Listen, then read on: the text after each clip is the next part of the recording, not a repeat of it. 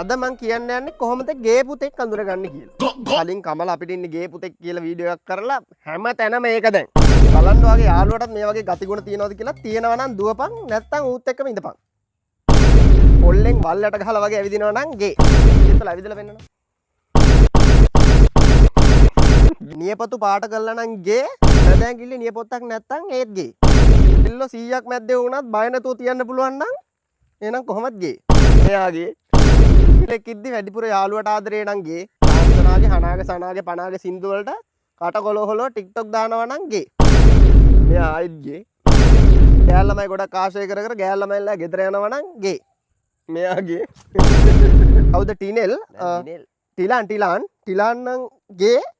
but good content creator කෙනෙක්, super content creator කෙනෙක්. එයා විතරක් නෙමෙයි අපේ අනිත් ගේ ක්‍රියේටර්ස්ලා ඔක්කොමත් හොඳයි. අපිට හොඳ ගේ කන්ටෙන්ට් ක්‍රියේටර්ස්ලා ටිකක් ඉන්නවා. අපිට ගෑනු ටික ඉතුරු වෙනවා.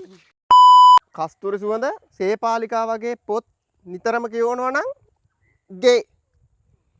අතන මම මේවා කියන්නේ කාගවත් හිතක් රිද්දන්නවත් කාටවත් මඩක් ගහන්නවත් නෙමෙයි. ඔයාට මම මේ කියන දෙයකින් හිත රිදෙනවා නම් වාගේ.